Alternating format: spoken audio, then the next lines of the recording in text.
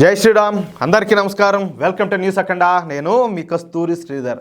మిత్రులారా, మీకు ఒక అదిరిపోయే జబర్దస్త్ న్యూస్ అయితే ఒకటి తీసుకొచ్చా. న్యూస్ మాత్రం సూపర్గా ఉంటుంది.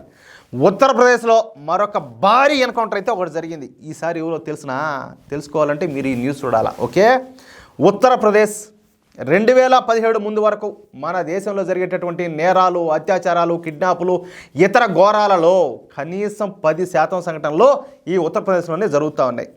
అసలు ఉత్తరప్రదేశ్ను ఈ జన్మలో ఎవరు కూడా మార్చలేరు అని చెప్పి అందరూ కూడా భావించారు. అంత క్రైమ్ జరుగుతూ ఉంది అక్కడ.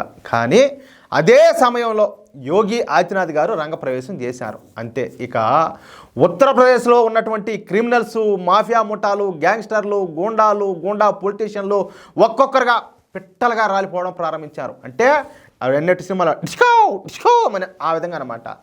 యోగి ప్రభుత్వం వచ్చిన తర్వాత అంటే గత 8 సంవత్సరాల్లో ఉత్తరప్రదేశ్లో 10,000కు పైగా ఎన్కౌంటర్లు జరిగినాయంటే ఉత్తరప్రదేశ్ పరిస్థితి ఎలా ఉండదో దాన్ని బట్టి మీరు అర్థం చేసుకోవచ్చు. ఉత్తరప్రదేశ్లో ప్రతి 10 మందిలో ఒకరి దగ్గర తుపాకీ ఉంటుందంట. అర్థమవుతుందా? నేను మళ్ళీ చెప్తున్నా, ఆ మిర్జాపూర్ వెబ్ సిరీస్ ఇలాంటి కొన్ని వెబ్ సిరీస్లు ఉన్నాయి సినిమాల్లో.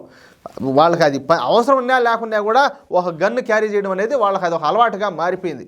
ఎందుకంటే అది ఆత్మరక్షణ కొరకో, లేకపోతే అది స్టైల్కో, లేకపోతే ఇంకో దానికో అన్నట్టు ఏముండదులే, ఇంట్లో పొరకట్ట అంటే అది చీపురు అంటారు కదా, అది కదా ఒక మూల బడి ఉన్నట్టు ఇది ఒక పక్కన బడి ఉంటుంది అన్నట్టు ఆ రకమైన ఉద్దేశాలు. కానీ ఇప్పుడు ఆ పరిస్థితి అయితే లేదు. అందుకు కారణం ఎవరయ్యా అంటే యోగి ఆదిత్యనాథ్ గారే.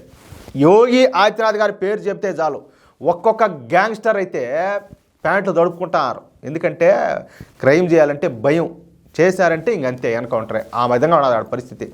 ఎదురు తిరిగిన వారికి ఎన్కౌంటరే గతి. అలాంటి సంఘటనే ఇప్పుడు మరొకటి జరిగింది. అసలు విషయానికి వస్తే ఈ అర్షద్ అనేవాడు హర్యానాలోని సోనిపట్కు చెందినవాడు అనమాట.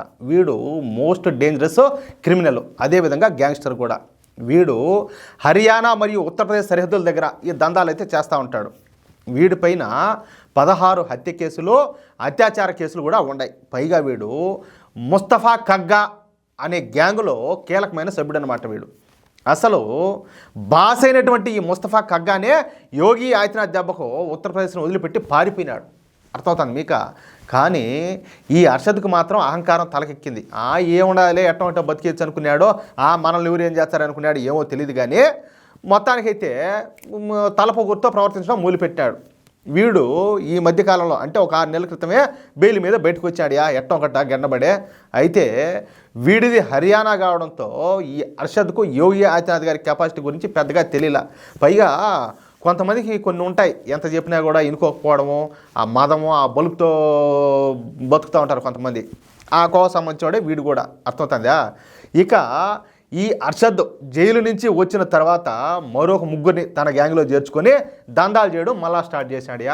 ముఖ్యంగా హర్యానా మరియు ఉత్తరప్రదేశ్ సరిహద్దుల దగ్గర ఈ దందాలు చేయడం, కిడ్నాపులు చేయడం స్టార్ట్ చేశాడు. దీంతో ఇక ఉత్తరప్రదేశ్ పోలీసులు రంగంలోకి దిగినారు.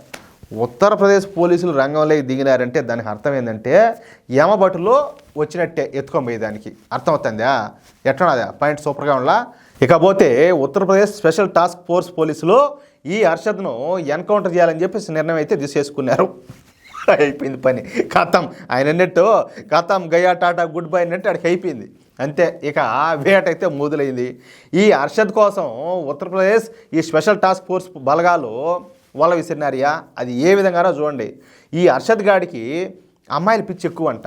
దీంతో వీడిని ఈ ఉత్తరప్రదేశ్ మహిళా పోలీసుల చేత హనీ ట్రాప్ చేయించారు. తెలుసు కదా హనీ ట్రాప్ అంటే మీకు. అమ్మాయి ఫోన్ చేసి నైస్గా మాట్లాడుతుంది, వలేస్తుంది, బొట్లో దించుతుంది, అట్లా. అంతే. ఈ అర్షద్ బొట్లో అయితే పడిపోయినాడు. ఇక ఈ అమ్మాయి కోసం ఈ అర్షద్ గాడు ఏం చేశాడంటే తన దగ్గర ఉన్నటువంటి గ్యాంగ్ను ఎంటబెట్టుకొని షామ్లీలోని ఈ జింగానా అనే ప్రాంతానికి వచ్చాడు. అంతే. ఇక పోలీసులు ఒక్కసారిగా ఈ అర్షద్ గ్యాంగ్ పైన విరుచుకుపడినారు. 3 వైపుల నుంచి పెద్ద ఎత్తున కాల్పులతో హోరెత్తిచ్చేశారు. అయితే అర్షద్ గ్యాంగ్ కూడా వీళ్ళు ఏం చేశారు తెలిసిన, ఎందుకంటే మదం ఎక్కిన వాళ్ళు కదా, బలుపు ఎక్కిన వాళ్ళ, వీళ్ళు కూడా ఎదురు కాల్పులు జరిపారు. అయినప్పటికీ ఉపయోగం లేకుండా పోయింది. ఫైనల్గా ఈ అర్షద్తో సహా మరొక 3 క్రిమినల్స్ కూడా ఈ ఎన్కౌంటర్లో కుక్క సాగు తెచ్చారు. దీంతో ఈ హర్యానా మరియు ఉత్తరప్రదేశ్ సరిహద్దుల గ్రామాల ప్రజలు పెద్ద సంఖ్యలో అక్కడికి చేరుకొని పోలీసులను ఊరేగింపుగా తీసుకొని పోయినారంటే చూడండి. అంటే వీళ్ళ వల్ల ఈ సామాన్యులు ఎంత ఇబ్బంది పడి ఉంటారో, ఎంత బాధపడి ఉంటారో దాన్ని బట్టి మీరు అర్థం చేసుకోండి. అయితే సరిగ్గా నెల రోజుల క్రితం 3 ఖలిస్తాన్ తీవ్రవాదులు కూడా ఉత్తరప్రదేశ్ పోలీసులు కాల్చి చంపిన సంగతి మనకందరికి కూడా తెలిసిందే. ఆ విషయాన్ని కూడా నేను గతంలో ఒకసారి వీడియోగా చేశా. అంటే ఏ మాత్రం ఓవర్ యాక్షన్ చేసినా ఉత్తరప్రదేశ్లో చావు తప్పదనమాట. అంటే యమధర్మరాజుతో పోటీ పడినట్టే. యమధర్మరాజుతో ఎవరైనా పోటీ పడి ఎవరైనా గెలిచగలుగుతారా?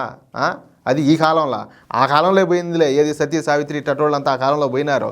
కానీ ఈ కాలంలో సాధ్యమా చెప్పండి? ఎంత మాత్రం సాధ్యం కాదు. యోగితో పెట్టుకుంటే ఏమిలే, టికెట్ బుక్ చేసుకున్నట్టే, అంతే. అట్టుంటుంది మ్యాటర్, మామూలుగా ఉండదు. ఎట్టుంటుంది న్యూసా? బాగా ఎంజాయ్ చేశారు కదా మిత్రులారా. మీకు ఈ న్యూస్ కనుక నచ్చినట్లయితే ఖచ్చితంగా ఈ న్యూస్ను నలుగురికి షేర్ చేయండి. అదేవిధంగా మీ యొక్క అమూల్యమైన అభిప్రాయాలను ఖచ్చితంగా ప్రతి ఒక్కరు కూడా కామెంట్ చేయండి. ఇంతవరకు మీరు కనుక మన ఛానల్ సబ్స్క్రైబ్ చేసుకోకపోతే ప్రతి ఒక్కరు కూడా మన ఛానల్ సబ్స్క్రైబ్ చేసుకోండి. నేను ప్రతిరోజు ప్రతి వీడియోలోనూ కూడా అడుగుతానే ఉన్నా. ప్రతి వీడియోలో మళ్ళీ నేను చూసుకుంటా ఈ వీడియోకి ఎంతమంది సబ్స్క్రైబర్లు వచ్చారని. ఏందో బాధ. మనము ఇంతగా కష్టపడతా దేశం కోసం, ధర్మం కోసం, నలుగురిలో మార్పు తీసుకురావడం కోసం ఇంతగా చేస్తూ ఉన్నా కూడా సరైన ఆదరణ లభించకపోతే ఎట్లా? మీరే ఒకసారి ఆలోచించండి పెద్ద మనసుతో. ప్లీజ్ సపోర్ట్ చేయండి. జై శ్రీరామ్.